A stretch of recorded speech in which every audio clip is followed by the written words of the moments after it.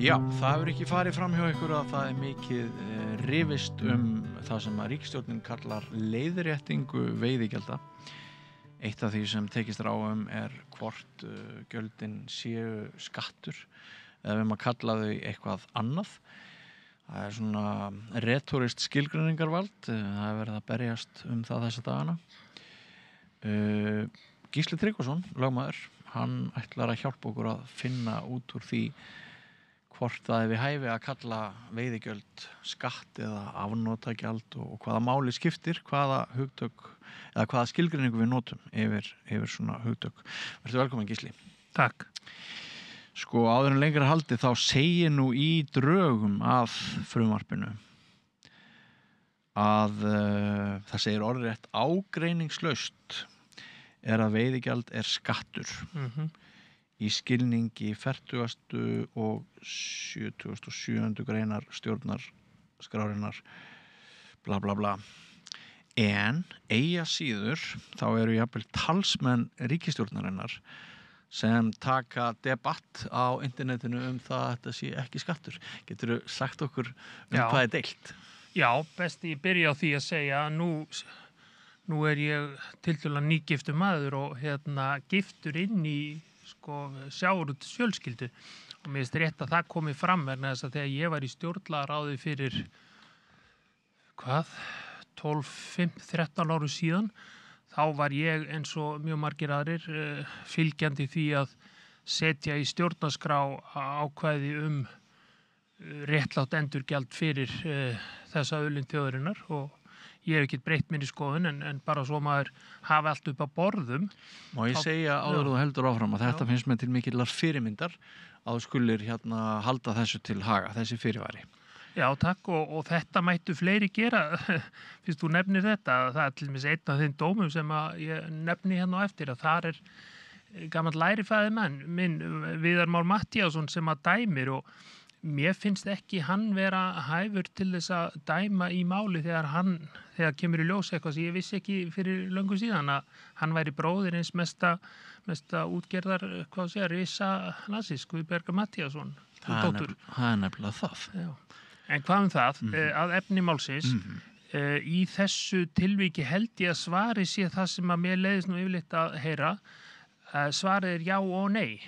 Lögfræðilega er engin vafi að þetta er skattur í skilningi stjórnarskrárinnar eins og ríkisstjórnin sjálf nefnir í drögum og frumvarpi og það eru fleiri en einn hæstaréttardómur sem að taka á þessu enda er skattur skilgreindur sem eitthvað sem að ríkisvaldið ákveður einhliða og ekkert sérstakt endurgjald kemur fyrir og rennur til hins opinbera. Ef hins vegar væri að ræða til dæmis bara afnot af einhverju öðru en þjóðarauðlind, ef það væri bara verið að tala afnot af húsnæði eða bíl, þá væru aðilar að semja það bara jafn réttháir og myndu semja eitthvað sem héti leiga. En að því að ríkisvaldi leggur þetta á með valdi sínu og það sem hægri menn myndu kalla ofbeldi, að þá er þetta skattur. Og ég held að því ekki að deilum það meðan að því að ríkisstjórnin sjálf bendir á það. En í eðli sínu... Þetta er svona lögfræðilega. Já, þetta er lögfræðilega.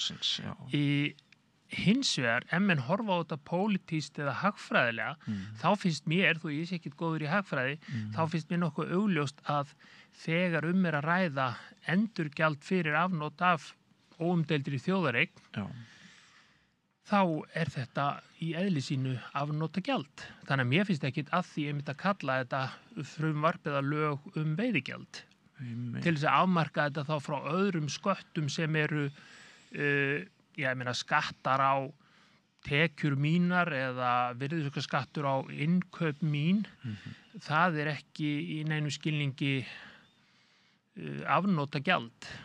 Nei. Ætli hitinn sem fer í rifrildið hvort þetta er skattur eða ekki, er þetta einhverju leyti, af því ég get líka spurt í pólitískar spurninga, þar sem að þú hefur sjálfur tekið þátt í pólitísku starfi og leitir lista dögunar, það ekki rétt hjá mér, fyrir mörgum árum, að erum við þá að ræða svona stimplanir, brennimerkingar eins og ríkisstjórnin farin af stað með skattahækkanir sem hún lofaði yrðu ekki og eitthvað svoleiðis. Þetta eitthvað þannig? Mér finnst það nú reyndar ekki. Ég meina, ríkisstjórnin legið að hálsi núna fyrir að kalla þetta leiðréttingu, en mér finnst það nú bara ágætlega rökstutt hjá ríkisstjórninni að þarna verið að tala um að leiðrétta skattstofnin, að því að skattstofnin hefur verið, lækkaður með hæpnum hætti að mínum mati, að það rangt viðmiðunargjald notað og þá það bara leiðrétta þann skattstofn. Þannig að þetta finnst mér vera ágætlega rökstutt sem leiðrétting. Já, og nú hefur þetta mál varpa ljósi á eign kvótakónganna á allri virðiskeðjunni og spurt spurninga alls konar hluti sem jafnvel sumir getur kalla bara óhreina þvott. Hún, þú ert búin að setja fyrirvara, þessi andstæða, hvað finnst þér um hana á meðal útgerðarmanna og hvernig hrópað sketsin hennar Eddu kannski rammar þetta inn þegar hún hágrætur yfir því að nú muni útgerðarmenn lepja döðan og skil? Já, það kannski ekki mitt að dæma ég á eftir að sjá þetta skemmtilega skets hjá Eddu en ég hef heyrt vikið af því. Já. En ég meina, það eru auðvitað eðlilegt í lýðræðisríkja hagsmunaaðilar berjist fyrir sínum málum og gegn málum sem að beinast að þeim. En ég held nú að ríkisstjórnin hafi bæði góðan málstað og góðan meirihluta til þess að koma þessi gegn. Já. Og svo nú mikil þörf á herri tekjum í ríkissjóð til þess að gera alla þessa góðu hluti sem ríkisstjórnin segist alla að gera. Já, eins og fær voru rök fyrir bara í morgun þegar fjármálaráðherra Daði kynnti fjármálaáætlun. Hann talar um að þessir peningar sem að komi úr hafinu aukalega eða leiðréttir, þeir fari í vegi. Já, vegi fyrir á landsbyggðinni. Já. Það ekki vanþörf á. Nei. En sko það má alveg fara nánar út í þetta ef að fólk hefur áhuga á af hverju þetta skattur. Það mjög skemmtileg ritgerð sem ég get alveg mælt með. Það einhver skemmtilegasta lögfræðiritgerð sem ég lesið í afmælisriti Gauks Jörundssonar frá 1994. Hún heitir Ættarmark álögunar. Í fyrsta lagi hún nú mjög skemmtilega skrifuð eins og fyrirsögnin bendir til og svo hún afar vönduð lögfræðilega og þar hægt að fara yfir það ef einhverjur efast enn af hverju hitt og þetta skattur og eitthvað annað ekki skattur. Það aðgreint frá alls konar öðrum álögum sem að ríkið leggur á. Já, þannig að þú mælir með því að við sem að viljum fræðast betur þetta við finnið þetta afmælisrit Gauks Jörundssonar og þetta eftir Gylfa Knudsen. Já. Fyrir nördana. Já. En ég minnist þess þegar þú varst sjálfur í væringum við Samherja. Þú varst frambjóðandi, var ekki sagðan þannig að þú vildir bara koma fram og fá að tala og þeir vildi ekki sjá þig og gerðu greinamun á þér og fulltrúum annara flokka.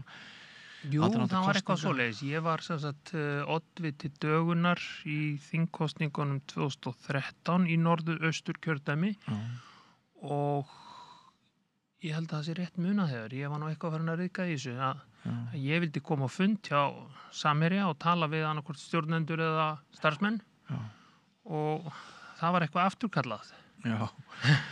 Og þú hefur mjög oft tala röddu almennings, verið í þeim herbúðum. Núna finnst mann eins og það hafi, ég var aðeins að fjalla þetta í bókinni Besti vinur Aðal, en mann finnst að það hafi bara myndast rosalegur veggur, þar sem annars vegar útgerðin og hins vegar almenningur. Mjög miklar áhyggjur margra af uppkaupum þessi auður sem hefur orðið til af því að fá að nýta hafið okkar og fiskistofnana til þess að auðga svona mikið. Hann hefur verið notaður mjög miklu leyti til þess að kaupa í öðru atvinnulífi og kannski ekki akkurat þær forsendur sem ég kallaði þig til þegar ég baði að koma og ræða hvort þetta væri skattur eða ekki, en þetta ekki allt saman svona mikið umhugsunar efni, hvernig það hafi myndað skjá á milli þeirra sem að nýta þessa auðlind og okkar hinna og eins og við sjáum á viðbröðunum.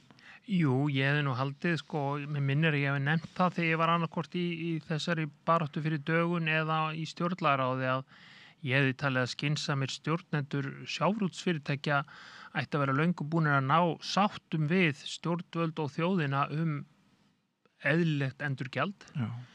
til þess að stefni ekki hættu að einhver róttækari breyting yrði gerð af því að mjög margir, jafnvel þeir sem vilja einhverja breytingar, eru sammála að kvótakerfið sé hagkvæmt og skynsamlegt og jafnvel til fyrirmyndar öðrum þjóðum. En annmarkarnir eru þannig að það alltaf umdeilt. Já. Og þessi krafa sem að Davíð Oddsson var held ég fyrstur til þess að setja fram að það sem tæki við þyrfti að vera í meiri sátt, það held ég sé reyndar hægt að finna, sko. En það á ekki að vera krafa held ég að finna bara lægsta samnefnar, eitthvað sem Sjálfstæðisflokkurinn eða útgerðar menn sætta sig við. Það þarf að gefa eitthvað eftir að mínu mati. Já. En ég hefði haldið að það væri bara skynsamlegt að tryggja líka hagsmuni sjávarútvegsfyrirtækjanna af því að verði ekki gerðar róttækari breytingar. Já. Þetta bara hætta í bókhaldinu, myndi ég segja, eða hætta í efnahagsreikningi fyrirtækjanna ef það alltaf einhver óvissa hvað gæti gerst. Já. Því að mjög margir eru sammála að það ekki hægt að ákveða bara einhverja stórkostlega breytingar frá degi til dags. Það einhvern aðdraganda. Þess vegna var Samfylkingin held ég einhvern tímann með fyrningarleið og með langan aðdraganda, aðrir með uppboðskröfu. Það þarf að ná einhverju langtíma samkomulagi meðal annars sjávarútvegs vegna. Já, nú það til hugtaki í lögfræðinni sem meðalhóf og meðalhófsregla. Þetta ekki það drastískt skref að manni sýnist að það setji eitthvað svoleiðis í uppnám. Nei, sko, skattlagningarvald, þetta nú skattur, eins og ég sagði. Skattlagningarvald ríkisins einhverjum takmörkum bundið en ekki miklum. Það er til dómar í gegnum söguna sem að sýna að ríki getur gengið mjög langt í skattlagningu og þá öðrum álugum ef þetta eitthvað á mörkum við eitthvað annað. Þannig að meðalhófsregla sem svona innbyggð í flest mannréttindaákvæði stjórnarskrárinnar, hún að mínum að ekki brotin við það að svona leiðrétting á skattstofnirun eða gjaldstofni nær fram að ganga. Nei. Nú býðum við svolítið eftir því að sama gerist eins og fyrir allmörgum árum að bara flotinn sigli í land, sjómenn séu bara í krumlunni á þessum gæjum, sko, á útgerðinni og þau séu jafnvel þvert geð að taki þátt í mótmælum. Er það þín tilfinning líka? Að floti muni sigli í land? Já, útgerðarmenn muni beita fyrir sér sjómönnum. Þeir eru núna búin að tala að þetta muni beita á landsbyggðinni, þeir þurfa að loka einhverjum vinslum og ég man nú ekki hvenær þeir gerðu það árið en við hvaða tilefni, en ég efast að þeir gangi svo langt núna vegna þess að þetta vel rökstutt á mínum mati. Þetta vel rökstutt á þínum mati, já. Og ég hefði haldið að menn myndu nota svoleiðis stórskotalið í stærri, grófari tilvikum. Já. Og eiga það inni.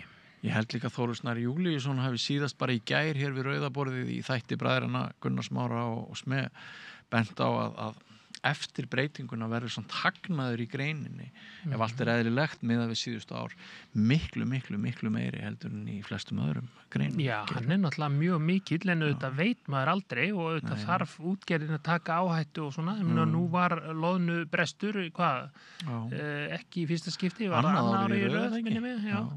Og það auðvitað ávísun á eitthvað lægri heldartekjur bæði greinarinnar og þjóðarinnar. Já. Þannig að það má heldur ekki ganga of langt en ég ekki það góður í tölum að ég geti nefnt eitthvað varandi hagnaðinn eða þetta sem þú nefndir með fjárfestingu í öðrum greinu. Ég hef bara lesið það sem hefur komið fram það og ég vissi að Samkeppniseftirlitið var að reyna í fyrir þetta fyrir að greina en var gert aftur ekki með. Já. Fyrir mér þá komist hlutir í svona nýtt samhengi þegar annar blaðamaður benti mér á að þegar ég keypti mig kaffi þá ég að styðja Guðbjörgu Matthíasdóttur útgerðar kvóta drottningu í Eyjum. Það var svona 1,5-2 ár síðan hann benti mér á þetta og þá fór ég svona að skoða eignatengingar í sjávarútvegi og þá kemur eignatengingar sterkra fyrirtæki í sjávarútvegi í öðrum fyrirtækjum og þá kom á daginn ég setti mig í samband við Artin Kjartansson á Heimildinni, blaðamann og þeir höfðu mappað áttu frábæra mynd sem að ég notaði einmitt í þessari bók Besti vinur Aðal þessi eignatengsl en svo gerist það að það verður breyting fyrir 2,5 ári sem að torveldar okkur í rauninni að sjá eignarhald og alls konar svona kóngulóa vefi þannig að það eitt af því sem að hefur kannski leitt til þess að við erum ekki á hverjum degi við blaðamenn að fjalla þessi síauknu tengsl en þau eru það alltaf verið að kaupa. Og hvernig tengdist þetta kaffinu segirðu? Tengdist þannig að hún Guðbjörg var sem sagt farin að flytja sjálfinn og búin að kaupa inn umboðið merki eða fyrirtæki sem að sýsla með kaffi og þau eru bara með allan fjandann sko. Já. Og þá spyr maður sig sko þegar þau eru búin að eignast ef þau eignast segjum bara þorra atvinnulífsins alls atvinnulífs þá eru þau búin að höggva verulega nærri tjáningarfrelsi okkar vegna þess að ef það alltaf einhver sem að í okkar fjölskyldu eða okkur nálægur sem að starfar hjá fyrirtækjum sem að þessi nýríki hópur, ekki svo fjölmenni hópur ræður yfir þá stór ákvörðun að gagnrýna þetta fólk. Já, eins og þú hefur nefnt í þinni bók og við þekkjum líka frá Akureyri sem norðan menn að þá erfitt í svona litlu samfélagi eins og Akureyri að hafa sterkar skoðanir á til dæmis Samherja. Já, það þannig á Akureyri get ég sagt eftir 25 ára búsetu að ef þú ætlar á kaffihúsi að tala með gagnrýnum hætti Samherja þá viðmælendur og allir í kring það lært viðbragð ef þú ætlar að tala með gagnrýnum hætti Samherja á kaffihúsi þá lækkarðu rödd eða fer bara út undir horn þannig að en hins vegar ef þú talar vel Samherja þá getur þú beitt fullum raddstyrk og hækkaru róminn. Þú mátt það. Og þannig verður þetta náttúrulega. Já. Og kannski bara Ísland full lítið samfélag til þess að fungera vel að þessu leyti. Kannski. Og Akureyri náttúrulega bara svona parallel universe við höfuðborgarsvæðið og það ekki að undra að sko mörgu okkar líði eins og að þessi breyting sem nú ekkert svakaleg, munar einhverjum milljörðum á ári fyrir útgerðirnar að það sé svona tákgrænt skref. Hið fyrsta sem stigið að einhverju leyti gegn ofríkið þessara gæja sem hefur alls ekki aukið, sko þetta náttúrulega, það ekki að taka fram að þetta hæft fólk og harðduglegt og allt það og vel glæsilega rekin fyrirtæki, mörg af þessum fyrirtækjum en það bara má ekki verða þegar ræðir eitthvað svona sem að við teljum okkur öll eiga eins og auðlindir þjóðfélagsins að einhver einn lítill hópur af fólki sjúi allt upp og ítök hópsins verði meira og meira á öllum sviðum. Þú sem borgari og lögmaður hlýtur að geta tekið undir það að það Já, annars held ég að sko frumvarpi hafi kannski ekki þennan tilgang sem þú varst að nefna heldur kannski bara þennan tekjuöflunum tilgang og leiðréttingar eða samræmingar og svo fyndist mér að því þú nefndi fyrsta skref sjálfsagt að skoða þá í kjölfarið sko önnur auðlindagjöld. Það mjög gott að það verið tekin auðlindaskattur eða auðlindagjöld af öðrum auðlindum þjóðarinnar. Vindi og hafi og orku annari. En sko tilgáta mín bara svo það sé á hreinu hún svo að þetta sé ekki bara til að auka tekjur ríkisins heldur sé þetta sko margir í hópi almennings líti líka á þetta sem tákgrænt. Tákgrænt skref fyrsta skipti sem að almenningur og ríkið nær aðeins að hvað maður að segja, rétt úr bognu bakinu sem að Já, það má vera. Já. Ég hef ekki séð þess merki á ríkisstjórninni samt. Nei. En Gísli Tryggvason, þakka þér kærlega fyrir að koma hér og ræða þetta mál. Við munum halda umræðu leiðréttingu veiðigjalda áfram og þú munt sinna þínum störum. Alltaf gaman að fá þig hér að Rauðaborðinu, alltaf fróðlegt að heyri þér. Og ekki fara langt, áhorfendur góðir, við höldum áfram dagskráni eftir andartak. Samlokubrauð, maltbrauð, tékkneskt-brauð, súrdeigsbrauð, brauð ársins, Bernhöfts bakari, íslenskt handverk síðan 1834. Þú ert að hlusta á Samstöðina. Róttækt sjónarhorn á atburði dagsins.